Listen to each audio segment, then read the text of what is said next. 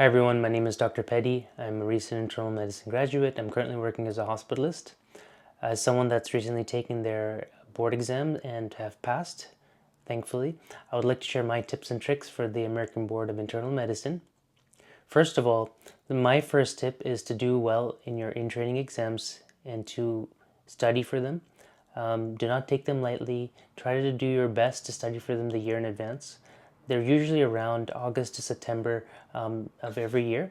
And I know it can be difficult to study for them when you're just starting out and as an intern, but use it as a marker of how you're performing. So from intern year to second year, from second year to third year, I did very well in my first year, and going to my second year, I didn't do as well. And in my third year, the exam gets more and more difficult because, especially in internal medicine, you have a lot of prelim residents in your first year.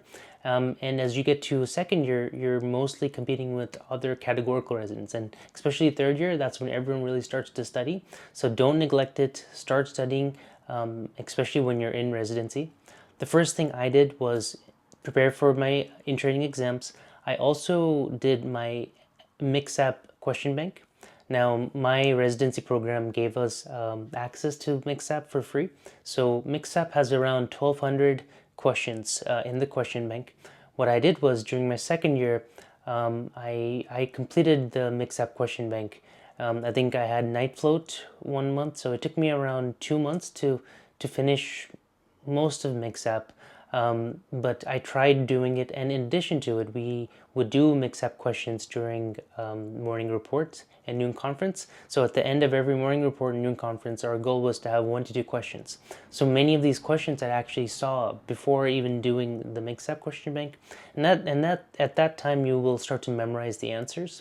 So it's best to try to finish the question bank, especially MixApp, during a residency whenever you can.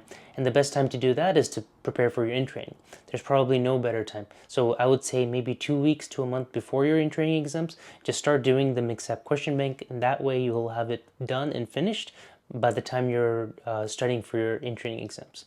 And in-training exams really do compare yourself with your peers. You don't get demotivated. Try your best, and doing questions is the best way you can prepare for your in-training. Now, once you've gone through a chunk of MixApp during your residency, the golden resource for the board exam, especially internal medicine, is UWorld. So UWorld, there's also approximately only around 12 to 1,300 questions. And these questions, I purchased UWorld approximately 3 months before I was about to graduate. I graduated in June of this year, so I purchased it 3 months before, and I started doing questions.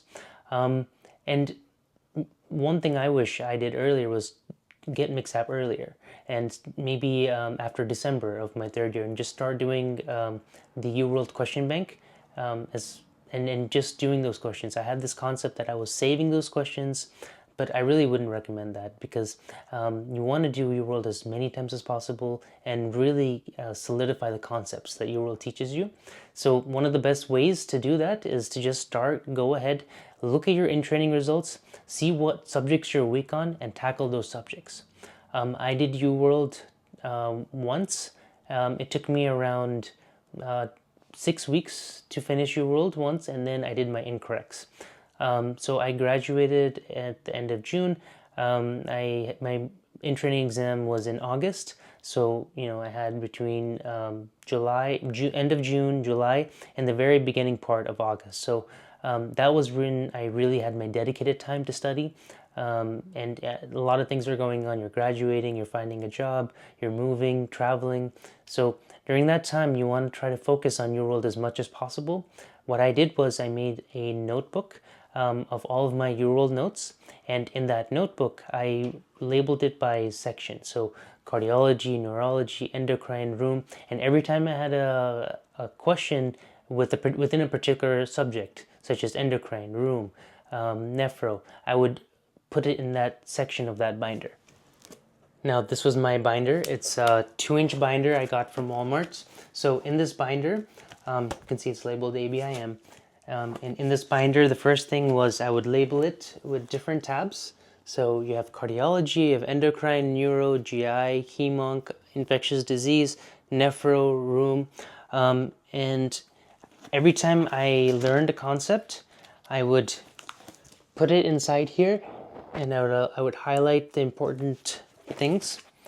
Many of the times you'll see that the concepts do repeat. So all I had was white paper, and I would put it inside my binder. And every time I saw that question, whether it was in New World or whether I was reviewing videos, I would go to that section and fill it out. Mostly this was for my incorrects. My concept was, once I did a question, I really wanted to memorize the concept. So I would write everything down, every wrong question that I did, and I wanted to make sure, I wanted to solidify that concept. I would write down and I would put in my notes. Now, at the end, I would dedicate 1 hour a day to reviewing my notes. So the first thing I did before, every day I did around 40 questions when I was starting off Your World. An hour a day I would review my notes from the previous day, and this will help solidify those concepts in your mind, and to make sure you're not forgetting things. So because you're going to see these concepts repeated over and over again. The other thing I would highly recommend everyone to do is to go to Google and print out a calendar. So I printed this out from printacalendar.com. Just print a calendar and write down day by day what are the things that you're going to do.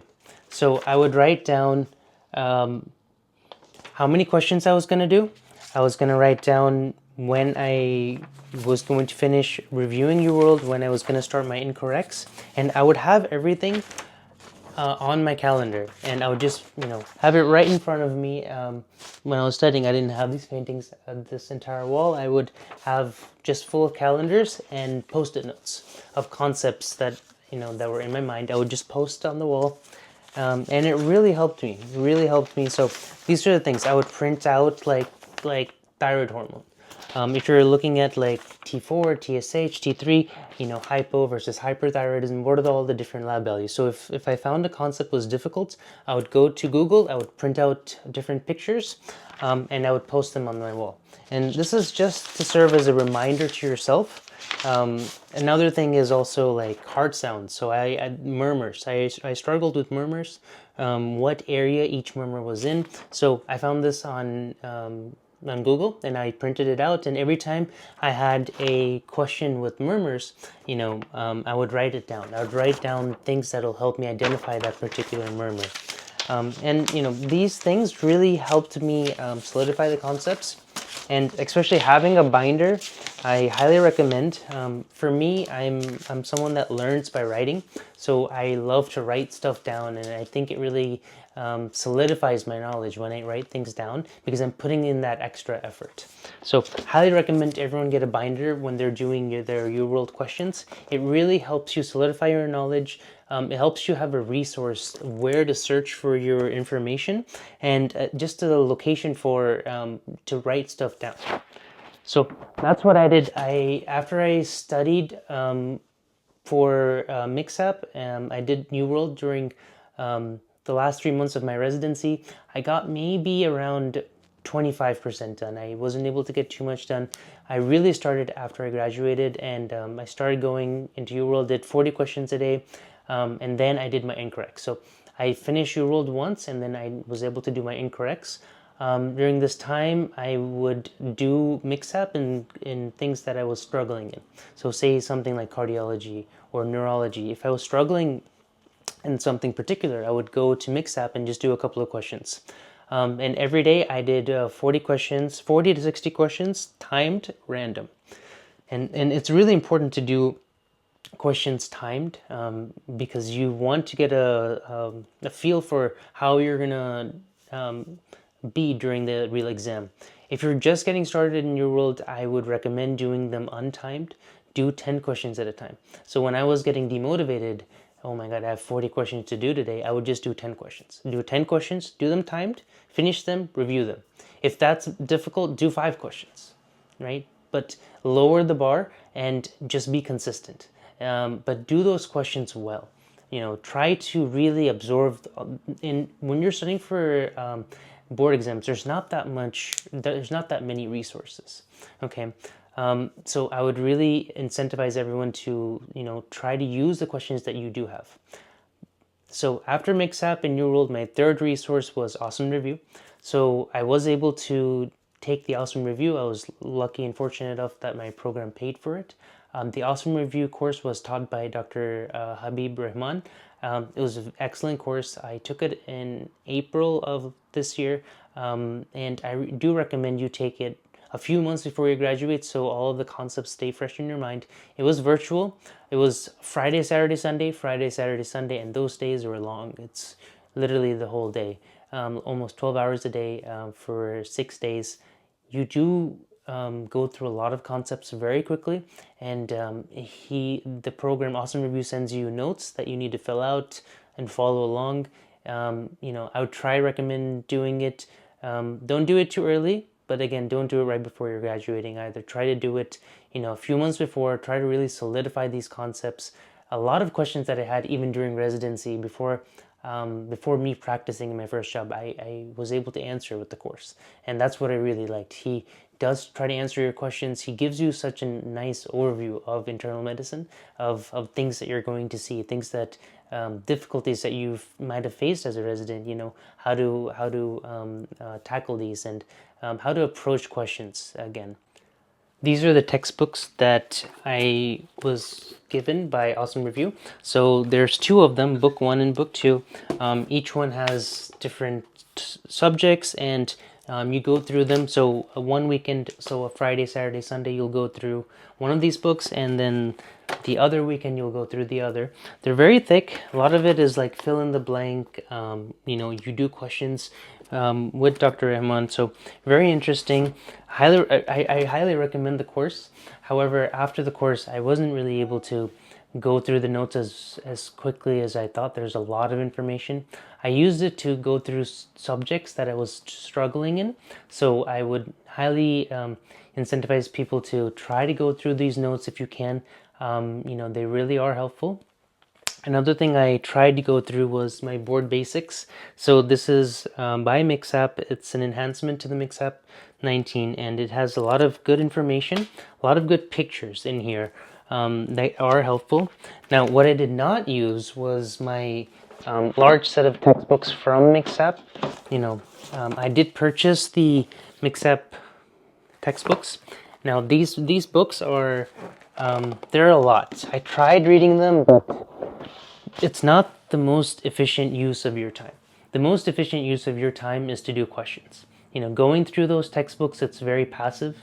Rather than trying to go through those textbooks and being lost, my strategy was to do questions and to create my own textbook. And that's what I did. So I would do as many questions as possible. If I didn't understand something, then I would go to the book and I would refer to it, or I would actually use Amboss or UpToDate. Those are excellent resources. Amboss really helped me to go into a topic deeper and to understand it. So, try to create your own textbook. Try to create your own set of notes, because no one can say something better to yourself than in your own words. Now, the final resource that I used was Boards and Beyond. I really loved Boards and Beyond during step 1 and step 2. I used it to tackle subjects that I was really struggling in, like acid base. Certain topics that I knew that I needed help in. I really used Boards and Beyond videos, and it was more of just listening to them. So I would have it on my phone, I would put my AirPods on, and I would go walking. So it really helped me just learn some more information, things that I was struggling in, and I love having a resource that I can listen to, and highly recommend it. So in the end, try finishing MixApp during your residency. Try doing as many questions before your in-training exams. Get UWorld a few months before you graduate. Start doing UWorld. Try to aim to go through it once and try to get through your incorrects. Third resource, try to build your own notes. From MixApp, from UWorld, condense everything and try building your own set of notes. Fourth one, if you can or do have the time, go to Awesome Review.